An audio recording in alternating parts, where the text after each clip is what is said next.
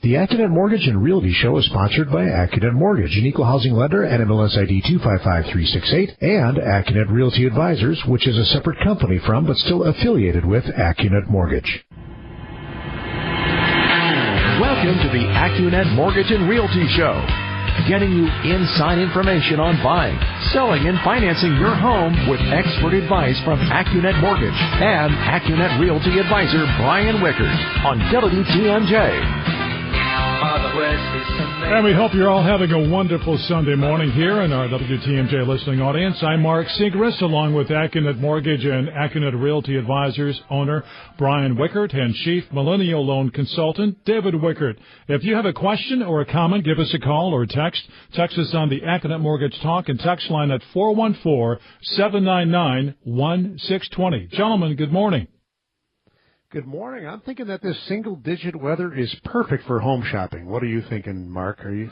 I'm thinking it was that's 50 something degrees to that. like 72 hours ago. Well, I learned from last week's show that you guys say that this is normally a quiet time window of opportunity for folks to go through open houses. So you might as well take advantage of it, right? Absolutely. And here's, after I said that, then I got a couple of emails and phone calls from some real estate people that listen to the show to tell me, oh, Brian, it's not quiet at all. The spring rush has already started. And no complaints, right? Well, right. So it is actually still tight out there, especially for the... tight as a what again? Tight as the nut on a flat tire. You know, tight as the lug nut. I took some lessons from you guys when I sold my house, and I know how you do that. First of all, you put cookies in the oven, and you light some candles, and you just start a little ambiance there, right? There you go. Yeah, you got to have the right mood for those buyers walking through. Hey, so that's one thing to take away. And then the other thing, though, that started to happen is that mortgage rates are starting to creep up. And so I want to put on my fantasy economics professor Brian Wickert hat, and just to walk you through what's happening in the mortgage and interest rate markets. And so I want everybody to remember two fundamental things. So you're going to be smarter. You're going to be able to talk about this at the dinner table tonight. Remember supply and demand. That's one super fundamental factor. And the other item I want everyone to remember is that inflation is the enemy of interest rates. And let's just start with that one because it's the easiest. If inflation is currently running at, well, we just got the number for core consumer price index came out on Friday for the month of December, and we're up about 2%. Let's call it 2% year over year. It's actually 2.1 for core inflation, which excludes energy and food. So if you earn, David, 2% on a bond and inflation is 2%, what's your yield? Effectively zero. Yeah, your effective yield is zero. So that's why inflation is the enemy of interest rates when it comes to lending. And so right now we're seeing the 10-year Treasury, David, the interest rate at which we as Uncle Sam can borrow money for the period of 10 years is? It ended Friday at 2.55. Okay, so I want you to remember that, 2.55. The highest it's been in the last year was 2.603 last March. And the lowest it's been in this past year is 2.05. Okay, 2.05, and that was in September. Right after Brexit, it got down to 1.3. There you go. So just in terms of, and that's really, really low. Okay, so here's one reason in general why in the past 5 years, long-term interest rates, like interest rates on mortgages and interest rates on 10-year treasuries, have been so low. It's demand.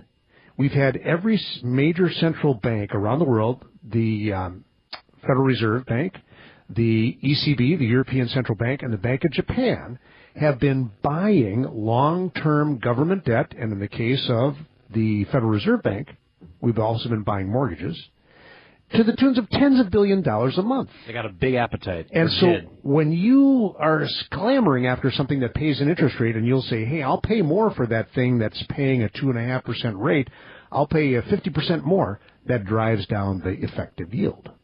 Okay? And so this has been going on for years. Now, this week, the Bank of Japan said, hey, guess what? We're going to start to cut back on our bond purchase. We're less hungry. Yeah.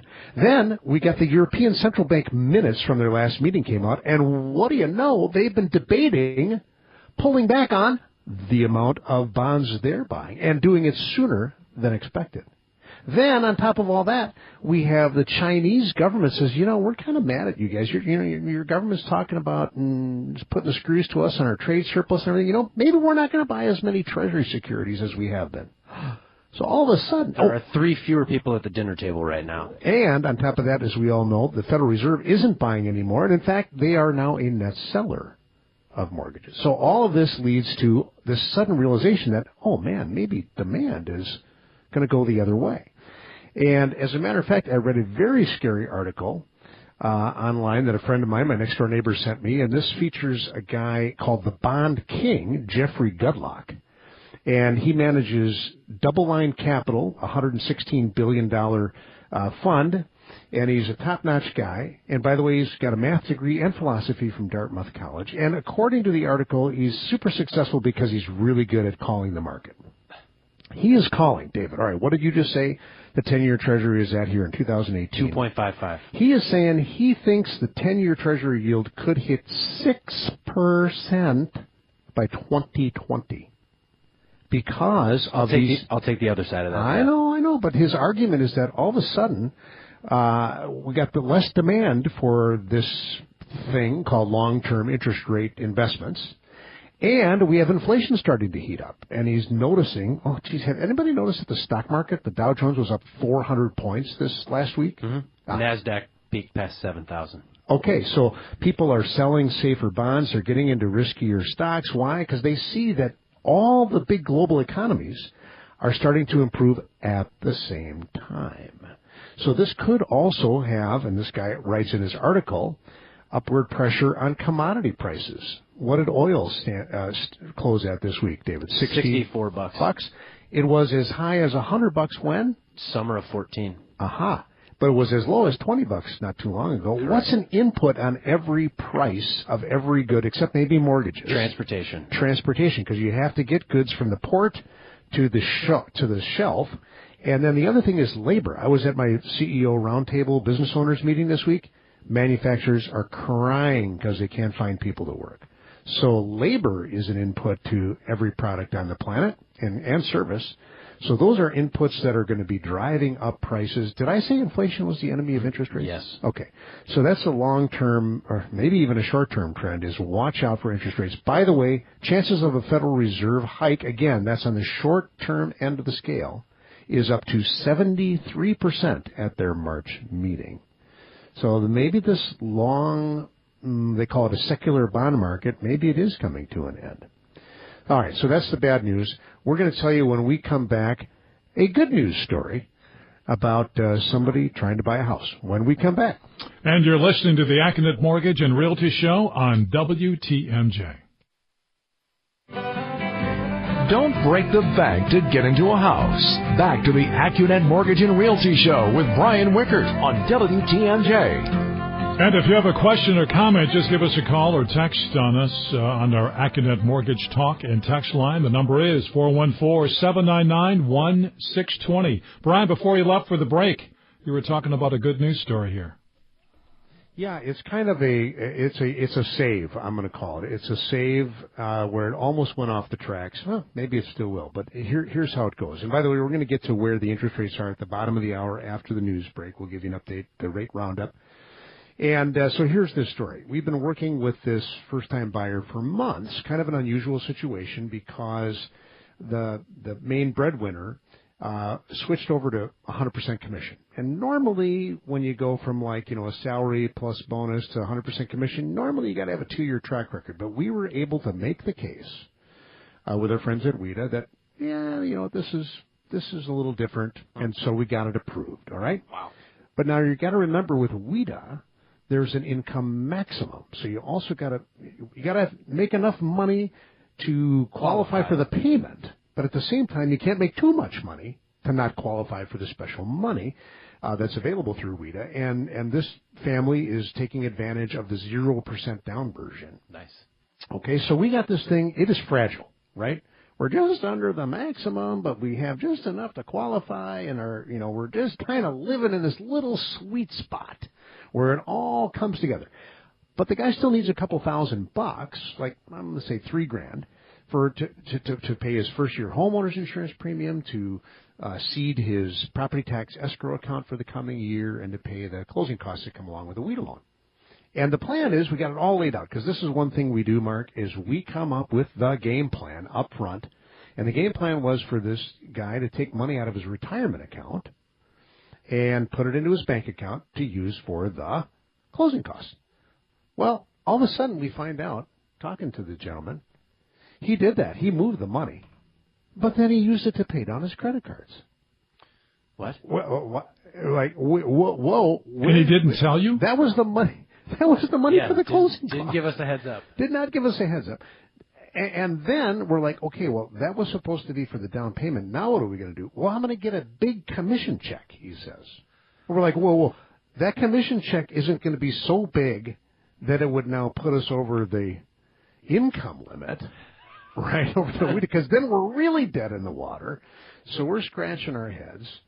Then we find out, and the one silver lining was going to be that, well, at least he paid down his credit card debt, so we're going to have more headroom, if you will, on what we call the debt-to-income ratio. In other words, his monthly payments would be down, so that's going to be helpful to us. Sure. But wait a minute, he went out and bought some furniture, and so he ran it back up and also paid for a vacation. And so luckily now we finally got him to pay attention and say, you cannot breathe in do or nothing. out. Yes. Unless you talk to us first. And we say that to people, by the way, at the beginning. And it's always the people with 800 credit scores, low debt ratios, and tons of money who listen to that request and call me and say, hey, Brian, can I use my credit card to, like, go out to dinner at, Panera's? Yeah, you can. It's fine. But it's oftentimes the clients who are really just hanging on by a thread that somehow don't hear that or think, well, it'll be okay. They make up stories in their head. No, you gotta work with your lender and do what they say, and don't do what they tell you not to do. And if you're unsure, ask before you act. Yes. Don't just think, well, yeah, it's okay, because we check everything. By the way, the save on this is can I guess? Yeah, Gift. a gift. That's right. A gift from a relative is the cleanest source of money God has ever made.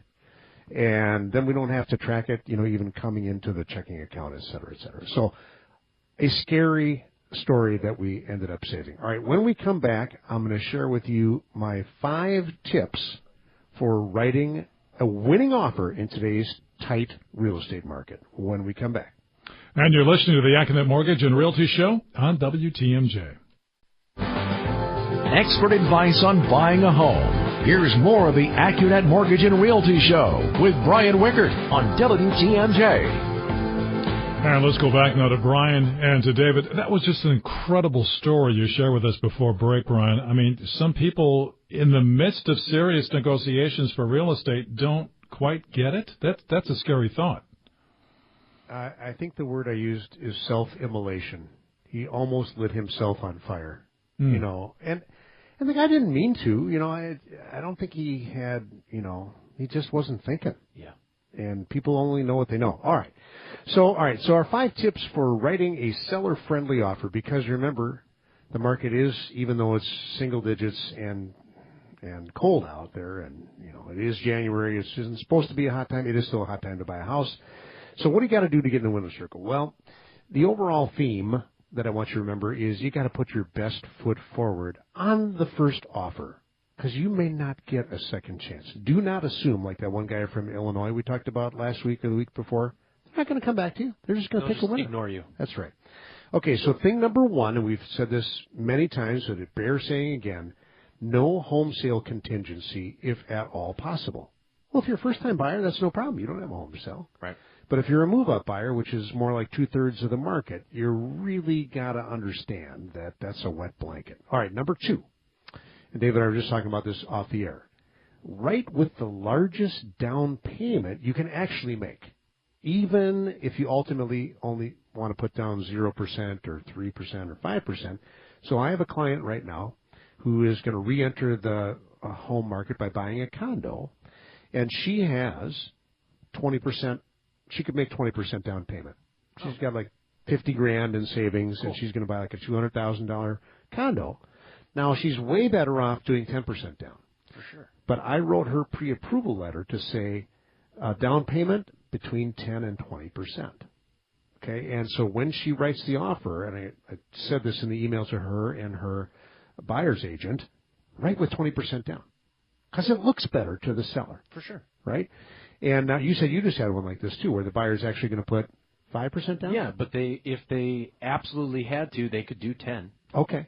And so we're not saying no one should ever misrepresent themselves. You should not say, oh, I'm going to put 20% down when you don't have it. That's not good. That's fraud. But when we verified that they could do it, let's go with the biggest. Because even though, Mark, our rock-solid pre-approval is the best thing out there, right? Because we're verifying that they actually have the money for the down payment. We're verifying their income and their employment history details. We're verifying their credit.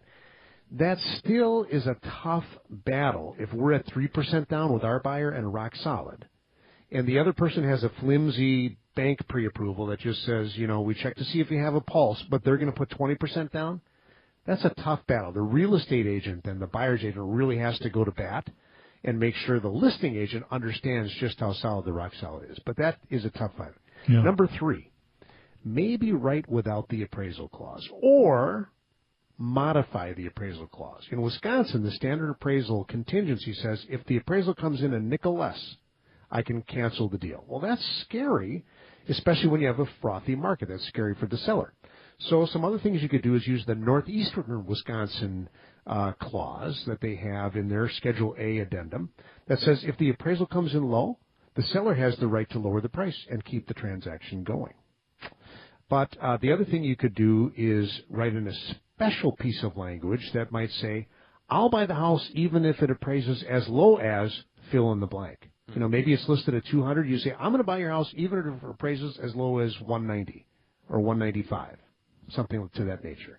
All right, that brings us up to number 3. When we come back after the news, we'll finish up with our top 5 tips for writing a winning offer in today's super tight market, and we'll also do the rate roundup when we come back. And WTMJ News time now at 10:30. It's time to check in with the WTMJ Breaking News Center. Once again, here's Belinda Babinick. Getting you through the home buying process. Welcome back to the Accunet Mortgage and Realty Show with Brian Wickert on WTMJ. We're with Brian Wickert and David Wickert. And Brian, before you went to break for the news, you were in the middle of explaining what the elements of a potentially successful offer, what it takes. That's right. The quick recap was number 1, no home sale contingency if at all possible. And I got a story to back that up before the end of the show. David, something you wanted to add? It's just the wet blanket of... Oh, it's the big wet blanket. Because your seller has to worry about their buyer's buyer then. Yeah, it's terrible. And understandable that is a wet blanket. All right, number 2 is write with the largest down payment you can actually make. Don't go making stuff up like, I'm going to put 50% down. I'm going to rob a bank, and I'll be happy to make 50%. But if you can put 10% down, go ahead and write with that, because there's nothing that prevents you from then financing with 5% down or 3% down. You just have to live up to that 10% down, whatever you put in the contract, in a worst-case scenario. Number 3 was modify or maybe do without the standard appraisal clause. I think people finally throw that towel in after they've lost out on 3 deals. Then they're like, I don't care what it appraises. I want the house. But again, you have to be smart about that. Let's talk about that. And the one modification you can make that I kind of like is, let's say that the house is listed for 200 and you want to offer 205, right? Because that's happening a lot, bidding over. And maybe you say, and I'll buy your house. You change the language in the appraisal contingency to say, I'll buy it as long as it appraises out for 197. You put a different floor in that. Nobody thinks of that stuff besides us. Okay, number 4, give the seller the right to cure defects that come up on the home inspection. That's kind of one of those things in a hot market where sellers want that, okay?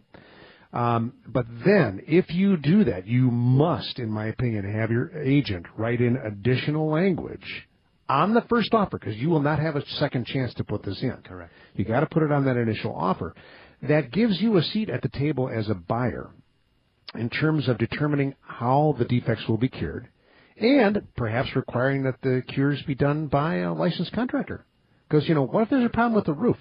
If you just give the seller the right to cure, the criteria for The standard of care is good. Oh, David? Good and workmanlike manner. Good and workmanlike manner within 3 days. So it's like, well, hey, I'll go up and put some shingles up there. It was workmanlike. Yeah, I worked. I put on my gloves and my tool belt when I went up there. Do you really want the seller doing the fix?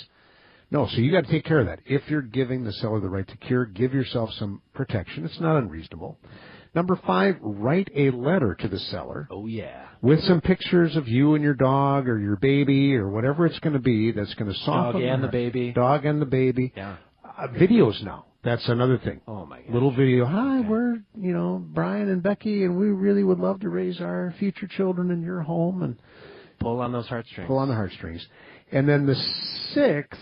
5.5. 5.5 is you could use the Wisconsin escalator clause. I always kind of wrinkle my nose when I say that. Cause when I sold my house, I got one of those. You did? Yeah. And how did that work? Well, they offered above, but the thing with an escalator clause is you have to, in order to use it. Yep. As the seller, in order to invoke it. Correct. You have to show them a bona fide other offer that is above what they're offering.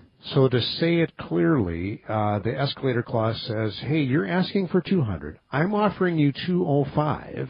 But I would pay you up to $215 if you show me something that's in competition with my current first offer at $205. That's correct. All right, so you're kind of tipping your hand as to the maximum that you would pay. Well, but again, it depends on how many times you've lost out and how much you really want that particular home. All right, so there's our top 5.5 tips for writing a successful offer in a really tight real estate market. The other thing on the writing a successful offer, especially with the rock solid, we have had sellers, when there's a gift involved, ask like, hey, is there a way that we can prove that this gift is like actually going to be made? Because if it's material to getting to the closing table, one way that you can even remove the need for the gift, give the gift ahead of time. Okay. And then just document, look, the gift has been given. You're not waiting for it at the time of closing. I guess that my last thought on this topic, Mark, is for listing agents is, while I did say earlier that, put the biggest down payment you can, that is true. But literally, if I was a seller and I look at a 20% down offer with a flimsy bank pre-approval. Mortgage.net. Well, or even some of the big banks in the state of Wisconsin, hey, we just checked your credit. No, we checked your credit. They did that, but nothing else. Well, but and if I had a 20% with that and an appraisal contingency versus a 5% down rock solid from Accunet and maybe a modified appraisal contingency, I think you got to give serious consideration to our rock solid guarantee because we've really figured out everything about that borrower. It's guaranteed. If we're wrong, we'll pay the seller $1,000 if we can't make good on the rock solid guaranteed pre-approval. All right, so when we come back, let's do a quick rate roundup because we talked about at the beginning of the show how rates are creeping up. We'll tell you just, how bad it is. And then I also have this story of a couple move-up buyers where the husband came into the office, and I think there's a lot of nuggets in that story that would be useful to share when we come back. I really like that human connection element. I think that's essential, isn't it? It's really essential. You're listening to the Accunet Mortgage and Realty Show on WTMJ. Important home buying questions and answers you can count on. This is the Accunet Mortgage and Realty Show with Brian Wickert on WTMJ. And this reminder, you can now listen to WTMJ on your Amazon device, from news and weather updates, the latest out of Lambeau, your favorite show, podcast, or so much more. It's now available with the simple phrase, Alexa, open WTMJ. For more info and easy setup instructions, text the word Alexa, A-L-E-X-A, to 414-799-1620, or go online to WTMJ.com. Brian, I think before the break you were talking about doing a rate roundup for us. Over to you, David. All right, so at the close of business on Friday, Accunet Mortgage, with all the right stuff, 25% equity on a $200,000 loan, 740 credit, no second mortgage, and escrowing for taxes. Could still deliver 3.99%, but costs you $1,800 to do it. The APR is 4.04. The guys with the Rocket, they were advertising, I think, 3.875% with an APR of 4.05. I said last week that I'm the nerd who, when they're advertising on football games, I look at the APR, and for that rate that they're advertising, I think that you heard as well, it would be $5,000 in closing costs. I did the math. We could save you $2,200 for the same rate. Okay. So, yeah, I've heard that ad a lot. I'm going to record one that kind of is an antidote to that because he says, he starts out the commercial, and we're not affiliated with Quicken Loans. We don't sell loans to Quicken Loans, and that's a trademark name owned by Intuit and Quicken Loans, Inc., and all that happy stuff. Okay, but they're talking about, like, here's the rate, and he throws out this charming rate of 3.875, and then a harmless-sounding 4.05 APR, but they don't have to say what the closing costs are in the ad because they give out their 800 number. That's the trick. Oh, call for costs and details. But the closing costs are huge, and they go, but picking a mortgage company is more than a rate, and we would agree. It's about all of our awards that we got, and they give great service. I'm convinced of it. But it's at a huge cost. Sure. $2,000. We've done comparisons where we're $4,000 lower on closing costs on a $200,000 loan. Our technology at Accunet is really quite good. I'm going to give ourselves, we're 92% as good as Quicken, right? We can do the e-signing. Yeah. We really make it easy. You do it all over the phone. And in some ways, maybe we're better. But my goodness, they have huge closing costs. And so if you're willing to pay that, I did record this in one line this week. I don't know if you caught it. No. It's going to start next week. Hey, if you're willing to light $2,000 of money on fire. Call me. I'll just take the money myself. No, I said, let's go to lunch because you're buying. All right. What about the 15-year? The 15-year has crept up quite a bit. Yeah, so with no points, Accunet could offer 3.625% with an APR of 3.66. That's with $1,100. So really kind of compressing there the difference between the 15 and the 30, and that's because the short end of the interest rate spectrum, 15 is half as long as 30, is going up. Yeah. What else you got? ARMs? No good. No good. You're only saving about a quarter, and when people call asking about ARMs, well, we quote them. Sure. Right? Because I did that this week. A fella called up, and he was thinking about 15-year fixed for a cash-out refinance. Yeah. And so before I called him back, I looked at the 15-year, and that was 3.625. And then I looked at ARMs. I thought, well, maybe, because the guy said he didn't know how long he was going to be in his house. No advantage of going with either a 5-year or a 7-year ARM. And we ended up going with a 20-year fixed at 3.99 with no loan cost. We were able to pick up all the loan costs on that transaction. Slick. And that, even though he's pulling $80,000 cash out, is going to keep his payment the same. Whereas if he went with a 15-year fix, it would have really jacked it up. Well, and as I say, you can always pay it faster, but you can't pay it slower. That's right. You can pay it slower, but then you don't have the house anymore. That's right. Yeah, you can pay it as slow as you want. Yeah. All right, when we come back from this last break in the show, I want to tell you a story about, I'm going to call them Bob and Sally, not their real names. Folks who want to move from one part of the Milwaukee area, and they're in their 60s, to another. They're still working and in their 60s. They want to move from one area to another to be closer to their grandchildren. Well, what a good idea. I'm going to tell you about the various things that came into play as we peeled the onion on their situation when we come back.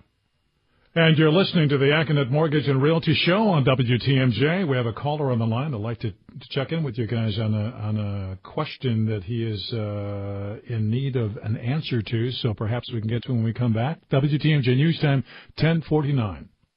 Home buying advice from the guys who know it best. This is the Accunet Mortgage and Realty Show with Brian Wickert on WTMJ.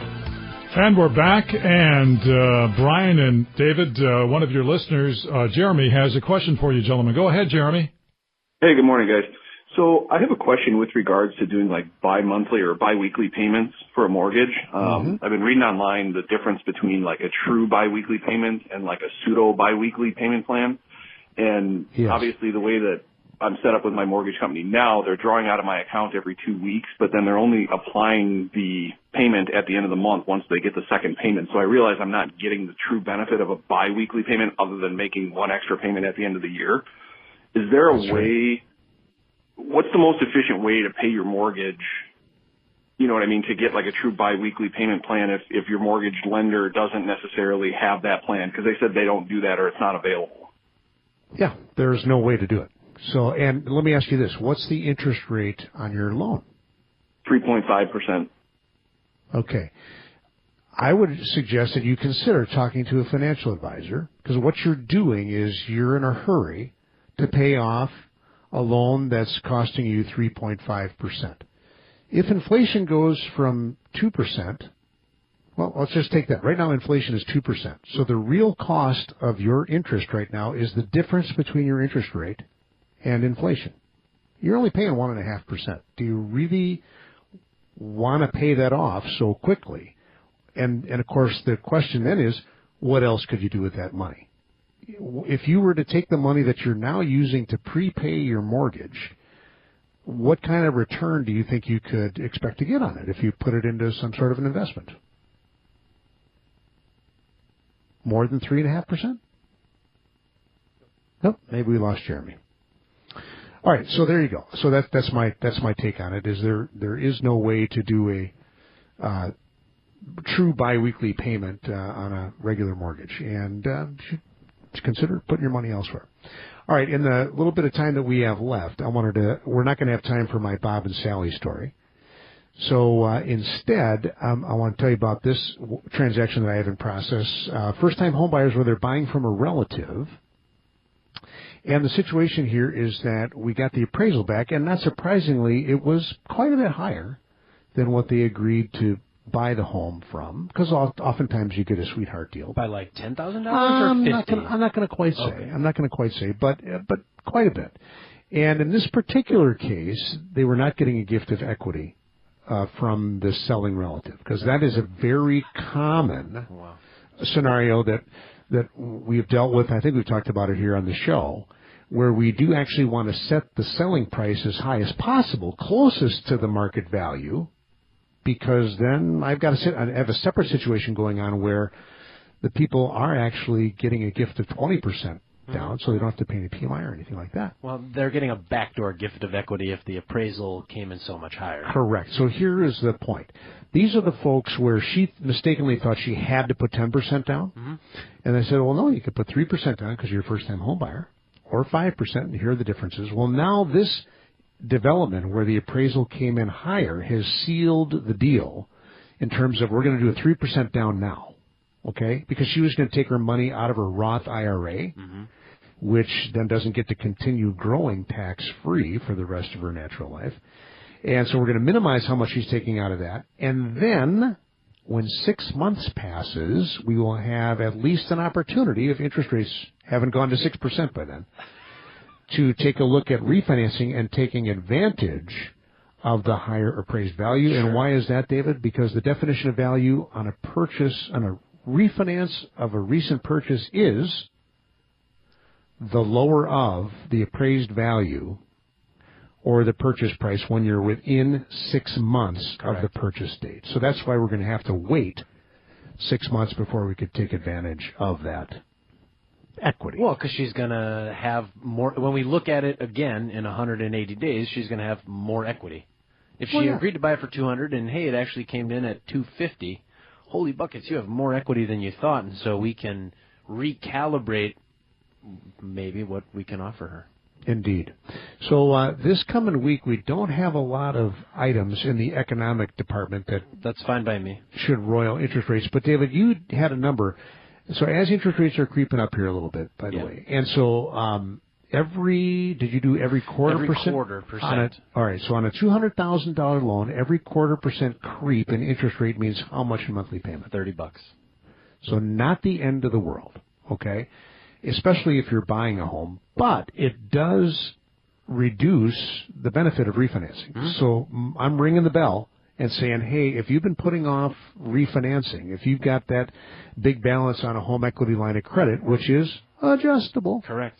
And is probably going to go up again in March, and then another 2 more times after March this year. That's the current Federal Reserve forecast. That kitchen remodel on your HELOC is going to keep getting more expensive. Correct. And, so things are slipping away from you.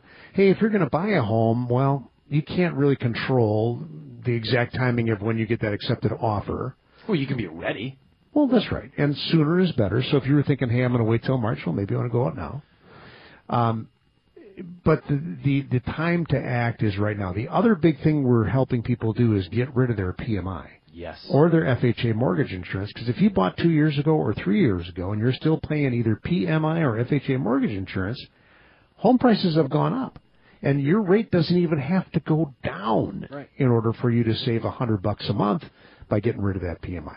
All right, that's all the time we have for today. If you want to get started with a rock-solid guaranteed pre-approval to buy or a refi checkup, guess what? Just click on the blue button at Accunet.com. We'll see you next week. Thanks, Mark. Gentlemen, thank you so much. It's been a pleasure. Justin Garcia joins us after the news to take us up to 11:40 Bucks pregame. Belinda is next in the Breaking News Center. I'm Mark Segrist. Have a great Sunday.